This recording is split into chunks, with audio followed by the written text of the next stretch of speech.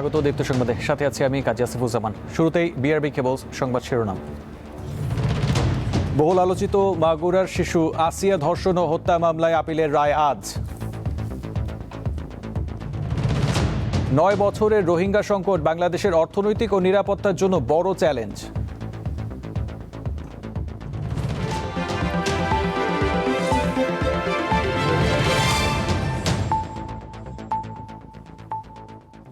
এবারে বিস্তারিত। বহুল আলোচিত মাগুরার 8 বছরের শিশু আসিয়া ধর্ষণ ও হত্যা মামলায় আসামি হিটু শেখের ডেথ রেফারেন্স ও আপিলের রায় আজ। বিচারপতি বিশ্বদেব চক্রবর্তী ও বিচারপতি কে এম রাশিদুজ্জামান রাজার বেঞ্চে গতকাল মামলার শুনানি শেষ হয়েছে। গত বছরের 5ই মার্চ রাতে মাগুরা শহরের নিজনান্দুয়ালি এলাকায় বোনের বাড়িতে বেড়াতে গিয়ে ধর্ষণের শিকার হয় শিশুটি। বোনের শ্বশুর হিটু শেখ মেয়েটিকে ধর্ষণের পর হত্যারও চেষ্টা চালান। পরে চিকিৎসাধীন অবস্থায় ঢাকা সম্মিলিত সামরিক হাসপাতালে আসিয়ার মৃত্যু হয়। মাত্র 13 কার্যদিবসে শেষ হয় আলোচিত এই মামলার বিচারিক কার্যক্রম। প্রধান আসামি হিটু শেখকে মৃত্যুদণ্ড দেয় মাগুরা নারী ও শিশু নির্যাতন দমন ট্রাইব্যুনাল। একই সঙ্গে তাকে 1 লাখ টাকা জরিমানা করা হয়। খালাস দেওয়া হয় 3 আসামিকে।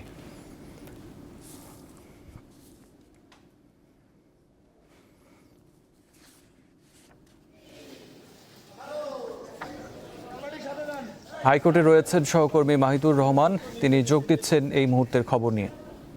মাহিদুর, শিশু আসিয়া হত্যা মামলার রায় কয়টা নাগাদ শুরু হতে পারে আমাদের জানান।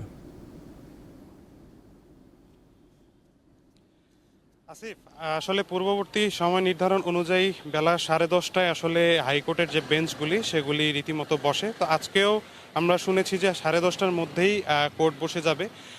সাম্প্রতিক সময়ে এই যে আলোচিত যে নারী শিশু হত্যাকাণ্ডের ঘটনা, তার মধ্যে কিন্তু এই আসিয়ার যে হত্যাকাণ্ডটি সেটি কিন্তু অন্যতম একটি হত্যাকাণ্ড ছিল, যেটির অগ্রাধিকার ভিত্তিতেই কিন্তু আজকে এই মামলার রায়ের দিন নির্ধারণ করা হয়েছে। টানা 17 দিন হাইকোর্টে এটির শুনানি চলেছে।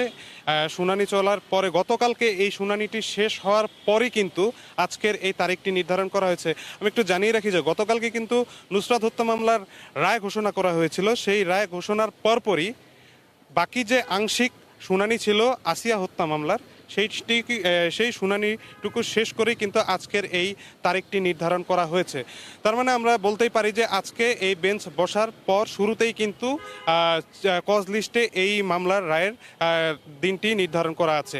আমি একটু আপনাকে জানিয়ে রাখতে চাই যে এই আসিয়া হত্যা মামলায় যে একমাত্র মৃত্যুদণ্ডপ্রাপ্ত আসামি হিটু শেখ, তার বিরুদ্ধে এই হাইকোর্টের যে এই মামলাটি চলমান রয়েছে, তার যে নিয়োগকৃত আইনজীবী ছিলেন তিনি কিন্তু এই চলমান মামলাটি অপারগতা প্রকাশ করেছেন, যার কারণে কিন্তু রাষ্ট্র নিযুক্ত আইনজীবী হাফিজুর রহমান খানকে তাকে স্টেট ডিফেন্স হিসেবে তার পক্ষে আইনি লড়াইয়ের জন্য নিয়োগ দেওয়া হয়েছিল। এবং অপরদিকে রাষ্ট্রপক্ষে অ্যাটর্নি জেনারেল সহ অ্যাটর্নি জেনারেল অফিসের বেশ কয়েকজন আইনজীবী এটি শুনানি শেষ করেছেন।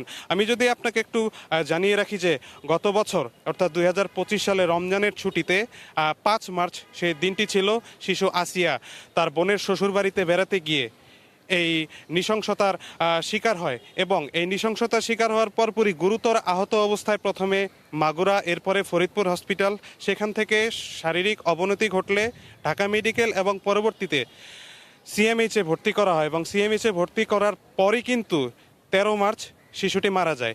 শিশুটি মৃত্যুবরণ করার পরে কিন্তু সারা দেশ জুড়ে একটি তোলপাড় সৃষ্টি হয়। তার হত্যাকাণ্ডের ঘটনার বিচারের জন্য সারা দেশের মানুষ কিন্তু উঠে পড়ে লেগেছিল।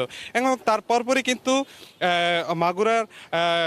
মাগুরায় তার মা অর্থাৎ শিশুটির মা বাদী হয়ে 4 জনের বিরুদ্ধে মামলা করেন। এই 4 জনের মধ্যে প্রধান আসামি করা হয় শিশুটির বোনের যে শ্বশুর হিটু শেখ, এবং হিটু শেখের পরিবারের আরও 3 জন ছিল। হিটু শেখের 2 ছেলে এবং তার স্ত্রী জায়েদা বেগম, এই 3 জনের বিরুদ্ধে মামলা করে। মামলাটি গত বছরের 17 মে রায় দেয় এবং রায়ে হিটু শেখকে মৃত্যুদণ্ড এবং 1 লাখ টাকা জরিমানা ছাড়াও বাকি 3 জনকে কিন্তু খালাস প্রদান করেছে। এবং সেটির ডেথ রেফারেন্সের আপিল হিসেবে আজকে এই পরবর্তী ধাপ যে হাইকোর্টের এই রায়, এই আপিলের বিরুদ্ধে হাইকোর্টের এই রায়ের আজকে ঘোষণা করবে বিচারপতি ভীষ্মদেব চক্রবর্তী এবং কে এম রাশিদুজ্জামান রাজার দ্বৈত বেঞ্চ। এটি কিন্তু একটু বিশেষ বেঞ্চ, যেই বেঞ্চ প্রধান বিচারপতির নির্দেশনায় এই বেঞ্চটি অগ্রাধিকার ভিত্তিতেই এই রায়গুলি ঘোষণার কার্যকারিতা রয়েছে। তবে কোর্ট থেকে কি নির্দেশনা আসবে আমি আপনার মাধ্যমে জানিয়ে যাওয়ার চেষ্টা করব। আসিফ, এই ছিল সর্বশেষ তথ্য। ছিলেন মাহিদুর রহমান। মাহিদুর, আপনাকে ধন্যবাদ। মিয়ানমারের রাখাইন রাজ্য থেকে বাস্তুচ্যুত হয়ে বাংলাদেশে আশ্রয় নেয়া রোহিঙ্গাদের সংকট দীর্ঘস্থায়ী রূপ লাভ করেছে। গত 9 বছরে প্রত্যাবাসন করা যায়নি একজনকেও। বিষয়টি ঝুলে আছে শুধু কথাবার্তাতেই। বিশেষজ্ঞরা বলছেন, রোহিঙ্গা ইস্যুটি এখন বাংলাদেশের জন্য অর্থনৈতিক ও নিরাপত্তার জন্য বড় চ্যালেঞ্জ হয়ে উঠেছে। 2017 সালের 25 আগস্ট মিয়ানমারের রাখাইন সেনা অভিযানের মুখে প্রাণ বাঁচাতে বাংলাদেশে অনুপ্রবেশ ঘটে লাখ লাখ রোহিঙ্গার। সেই সংকট 1 দশকে পা দিলেও প্রত্যাবাসনের পথ এখনও অনিশ্চিত। কক্সবাজার ও ভাসানচর মিলিয়ে বাংলাদেশে এখন কমপক্ষে 12 লাখের বেশি রোহিঙ্গার বসবাস। বিশ্বের সবচেয়ে বড় শরণার্থী শিবিরে জন্ম নিয়েছে নতুন একটি প্রজন্ম, যারা কখনো মিয়ানমার দেখেইনি। তাদের দীর্ঘমেয়াদী অবস্থানে বাড়ছে নিরাপত্তা উদ্বেগ। মাদক পাচার, সশস্ত্র গোষ্ঠীর তৎপরতা, হত্যা ও অপহরণের মতো ঘটনাগুলো বাংলাদেশের জন্য নতুন চ্যালেঞ্জ হয়ে উঠেছে। রোহিঙ্গাদের কারণে যেহেতু সীমান্ত কিছুটা উন্মুক্ত, এখানে মাদকের চোরাচালান বাড়ছে। সারা দেশে কিন্তু মাদক একটা বড় সংকট তৈরি করেছে। এটার এই দক্ষিণ সীমান্তটা এটার একটা বড় উৎস। ফলে রোহিঙ্গাদের কারণে আসলে বাংলাদেশ বহুমাত্রিক সমস্যায় পড়ে গেছে। বিশ্লেষকদের মতে রোহিঙ্গা প্রত্যাবাসনই এসব সমস্যার একমাত্র সমাধান। তবে মিয়ানমারের অভ্যন্তরীণ অবস্থা বিবেচনায় আপাতদৃষ্টিতে তা বাস্তবায়ন অত্যন্ত কঠিন বলে মনে করেন তারা। রোহিঙ্গাদের সংকটের সমাধান তো একটাই, তাদের ফেরত পাঠানো। তাদের ফেরত তো কেউ যায়নি এবং যাওয়ার আপাতত কোনো সম্ভাবনাও নেই। তার মানে আমরা কারো সাহায্য পাইনি। এই যে 3 লক্ষাধিক রোহিঙ্গার তালিকা প্রকাশ করে মিয়ানমার তাদেরকে শনাক্ত করেছে বলে ঘোষণা করেছে, এইটা আমার যতটা না মনে হয় যে প্রত্যাবাসন প্রক্রিয়া শুরু করা বা সেই 3 লক্ষাধিক রোহিঙ্গাকে মিয়ানমারে নিয়ে যাওয়া, তার চেয়ে অধিক বেশি হচ্ছে আন্তর্জাতিক সম্প্রদায়কে দেখানোর জন্য যে তাদের একটা সদিচ্ছা আছে। রোহিঙ্গাদের জন্য দিন দিন কমছে বিদেশি অর্থায়ন। এতে চাপ পড়ছে দেশের অর্থনীতিতে। সুরক্ষার বিভিন্ন দিক আছে, তো এগুলো করার জন্য ধরেন বছরে প্রায় 1 বিলিয়ন ফাইন্যান্সের দরকার হয়। এই ফান্ডটা কমতে কমতে ধরেন 1 বিলিয়ন সবসময় চেয়েছে, এটা 800, 700, 600, 500 এভাবে নামছে আর কি। তো প্রথমত আমি বলবো যে রোহিঙ্গা রেফিউজি প্রোটেকশনের জন্য যে জয়েন্ট রেসপন্স প্ল্যান, তার জন্য যে পরিমাণ ফাইন্যান্সিয়াল বার্ডেন শেয়ারিং দরকার, ইন্টারন্যাশনাল কমিউনিটির দরকার এখানে এগিয়ে এসে বাংলাদেশকে সাপোর্ট দেওয়া। শঙ্কার বিষয় হলো এখনও থেমে নেই রোহিঙ্গা অনুপ্রবেশ। গড়ে প্রতিদিন 20 থেকে 30 জন বাংলাদেশে ঢুকছেন বলে জানান স্থানীয়রা। জহিরুল মোহসান, দীপ্ত সংবাদ, ঢাকা। দেশের 9টি অঞ্চলে আজ বৃষ্টি অথবা বজ্র বৃষ্টি এবং দমকা বা ঝোড়ো হাওয়া বয়ে যেতে পারে। আবহাওয়ার পূর্বাভাসে বলা হয়েছে, রংপুর, ময়মনসিংহ, খুলনা, বরিশাল, পটুয়াখালী, নোয়াখালী, চট্টগ্রাম, কক্সবাজার ও সিলেট অঞ্চলের ওপর দিয়ে দক্ষিণ বা দক্ষিণ পূর্ব দিক থেকে ঘন্টায় 45 থেকে 60 কিলোমিটার বেগে বৃষ্টি অথবা বজ্রবৃষ্টি সহ অস্থায়ীভাবে দমকা বা ঝোড়ো হাওয়া বয়ে যেতে পারে। এ কারণে এসব এলাকার নদীবন্দরকে 1 নম্বর সতর্কতা সংকেত দেখাতে বলা হয়েছে।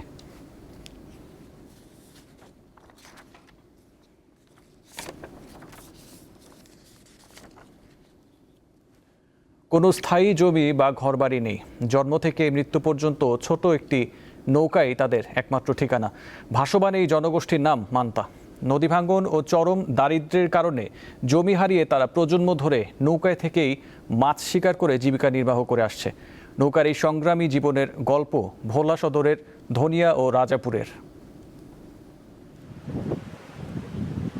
ভাবুন তো, এমন একটি ঘর যার নিচে কোনো মাটি নেই, ঝড় বাতাস এলেই দুলছে। আমার পেছনে আপনারা লক্ষ্য করছেন সারি সারি নৌকা। এই নৌকাগুলো দূর থেকে দেখে মনে হবে মাছ ধরার নৌকা, কিন্তু না, এগুলোতেই এক একটি পরিবারের স্বপ্ন, এক একটি পরিবারের ঘর। এই ঘরেই এই মানুষগুলোর বসবাস, রান্না, খাওয়া দাওয়া, ঘুম সবই এতে। নানা প্রতিকূলতার মধ্যে দিয়েই কাটছে তাদের সংগ্রামী জীবন। জায়গা নাই, জমিন নাই, নদীতে বসবাস করি, সবসময় নদীতে থাকি। ঝড় তুফান আইলেও ভয় করে, মনে করেন যে সময় ঝড় তুফান আসে মনে কয় জানি আমরা মারা যাবো, ডুবে যাবো নদীর ভিতরে, এরকম লাগে। আমাকে বাইরে করে যাইতে অনেক কষ্ট হয়, বাথরুমে যাইতে কষ্ট হয়, নাই জায়গা জমি নাই, বাড়ি গাড়ি। বাচ্চা বুচ্চা দেখা গেছে অনেক সময় পড়িয়া নদীতে অ্যাক্সিডেন্ট হয়ে যায়। আমরা গাঙ্গে গেলে খাইতে পারি, গাঙ্গে না গেলে আমাকে পেট খিদার মানুষ, আমরা চলতে পারি না, ঠিক আছে। ঘর পাইলেও তো একটু ভালো মতন পড়ালেখাটা করতে পারি, পড়ালেখারও তো আমাকে ইচ্ছা আছে, পড়ালেখা করে আমরা তো একটা ভালো চাকরিও করতে পারি। আমরা কি জেলে দেখে কি আমাকে পড়ালেখার ইচ্ছা নাই? যে সরকার বর্তমান রালিংয়ে চলতেছে, আশা করি সে স্বপ্ন পূরণ করতে পারবে। নদীতেই জীবন, নদীতেই জীবিকা। বছরের পর বছর ধরে প্রজন্মের পর প্রজন্ম এই পরিবারগুলো এভাবেই নৌকায় ভেসে যাযাবরের মতো জীবনযাপন করছেন। নেই নিজস্ব কোনো ঠিকানা, নেই এক টুকরো মাটি যেখানে মৃত্যুর পর তাদের সমাহিত করা যাবে। এরপরও তারা স্বপ্ন দেখেন একদিন তাদের ঘর হবে, শান্তিতে বসবাস করবেন। তাকে ভীষণ অসুবিধা এরা আছে, টু ভরে জায়গা দিতে ওরা ফ্যামিলিতে অনেক লোক, এই লোকগুলি খাইয়া বাঁচত। স্বাভাবিক যে এদের একটা ঘর বাড়ির যে ব্যবস্থাটা এরা করে। সরকার আসে, সরকার যায়, কিন্তু ভাগ্য বদল হয় না এই পরিবারগুলোর। এভাবেই বছরের পর বছর কাটিয়ে দিচ্ছেন নদীতে। তাদের একটাই প্রশ্ন, কখনো কি তাদের ভাগ্য বদল হবে? ভোলা থেকে মলয় দে, দীপ্ত টেলিভিশন। শত বছরের ঐতিহ্য ধরে রেখেছে বাগেরহাটের কোচো উপজেলার গজালিয়া খালের বুকে ভাসমান সবজির হাট। প্রতি সপ্তাহে রবি ও বুধবার নৌকায় চলে টাটকা সবজির পাইকারি বেচাকেনা। ভোরের আলো ফোটার সঙ্গে সঙ্গে কর্মচঞ্চল হয়ে ওঠে শত বছরের পুরনো বাগেরহাটের গজালিয়া খালের এই ভাসমান সবজির হাট। ভ্যান, নৌকা ও ছোট যানবাহনে করে শসা, লাউ, করলা, চাল কুমড়া, মিষ্টি কুমড়া, ঝিঙে ও বরবটি সহ নানা জাতের সবজি নিয়ে জড়ো হন স্থানীয় চাষিরা। কেউ খালের পাড়ে, আবার কেউ নৌকার উপর সাজিয়ে রাখেন টাটকা সবজি। সময় যত গড়ায় বাড়তে থাকে নৌকার সারি, একই সাথে বেচা বিক্রিও। গজালিয়া বাজারে আসছি মাল বিক্রি করতে। আমরা চাল কুমড়া, শসা, করলা বিক্রি করলাম। প্রত্যেক দিন এই হাটে প্রত্যেক রবিবার আর বুধবার কয়েক লক্ষ টাকার মাল বিক্রি হয়। শুধু স্থানীয় কৃষকরাই নয়, বরিশাল, পিরোজপুর, ঝালকাঠি, বরগুনা, চাঁদপুর সহ বিভিন্ন জেলার পাইকাররাও আসেন এই হাটে। স্থানীয়দের দাবি, শত বছরের বেশি সময় ধরে চলে আসছে এই হাটের কার্যক্রম। বহুত আগের হাট, আমরা হাট দেখে এসেছি, বাপ দাদারও মাল জিনিস বিক্রি করে গেছে এই বাজারে। তবে ঐতিহ্যবাহী ও সম্ভাবনাময় এই হাটে রয়েছে নানা সমস্যা, বিশেষ করে ভাঙাচোরা সড়ক ও অনুন্নত যোগাযোগ ব্যবস্থার কারণে কৃষক ও ব্যবসায়ীদের দুর্ভোগ পোহাতে হয়। খালের পাশ থেকে একটা রাস্তা ছিল, যে রাস্তাটা এখন আসলে দখল হয়ে গেছে। আমাদের দাবি হলো সরকারের কাছে যে খালের পাশ থেকে সেই পুরাতন রাস্তাটা যাতে আবার চালু হয়। মাত্র 4 ঘন্টার এই হাটে প্রতিদিন প্রায় 20 থেকে 25 লাখ টাকার সবজি বিক্রি হয়, আর পুরো মৌসুমে প্রায় 4 কোটি টাকার সবজি কেনাবেচা হয়। কামরুন নাহার, দীপ্ত, বার্তাকক্ষ। এবারে আন্তর্জাতিক প্রসঙ্গ। ইরানের অর্থনীতিকে বিশ্ব থেকে বিচ্ছিন্ন করতে অপারেশন ইকোনমিক আউটকাস্ট নামের বড় ধরনের অর্থনৈতিক বিধিনিষেধ ঘোষণা করেছে যুক্তরাষ্ট্র। এই পদক্ষেপের কথা জানায় স্থানীয় সময় সোমবার অর্থ মন্ত্রণালয় থেকে এই ঘোষণা দেওয়া হয়। সংবাদ সম্মেলনে অর্থমন্ত্রী স্কট বেসেন্ট এই বিধিনিষেধকে অর্থনৈতিক ডি-ডে বলে উল্লেখ করেছেন। তিনি জানান, তেল খাতসহ ইরানের সব আয়ের উৎস বন্ধ করে দেয়া এবং অন্যান্য দেশ ও কোম্পানিগুলোকে তেহরানের সঙ্গে ব্যবসা করা থেকে বিরত রাখাই এই অভিযানের মূল লক্ষ্য। যারা ইরানের সঙ্গে তেল বেচাকেনা ও ব্যবসা চালিয়ে যাচ্ছে তাদের প্রতি সতর্কবার্তা উচ্চারণ করে তিনি বলেন, বিশ্বের বিভিন্ন দেশকে যুক্তরাষ্ট্র ও ইরানের মধ্যে যে কোনো একটিকে বেছে নিতে হবে।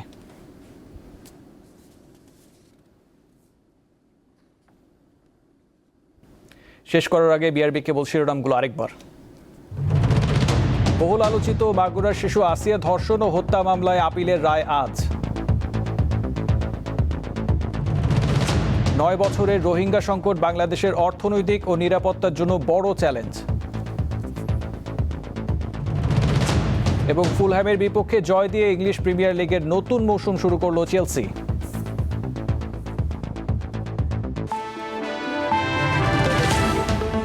এই ছিল এখনকার মতো। পরবর্তী সংবাদ 12টায় দেখার আমন্ত্রণ রইল। এছাড়াও তথ্য বিনোদনের খবর পেতে চোখ রাখুন দীপ্ত টিভি ডিজিটাল প্ল্যাটফর্মগুলোতে। ধন্যবাদ।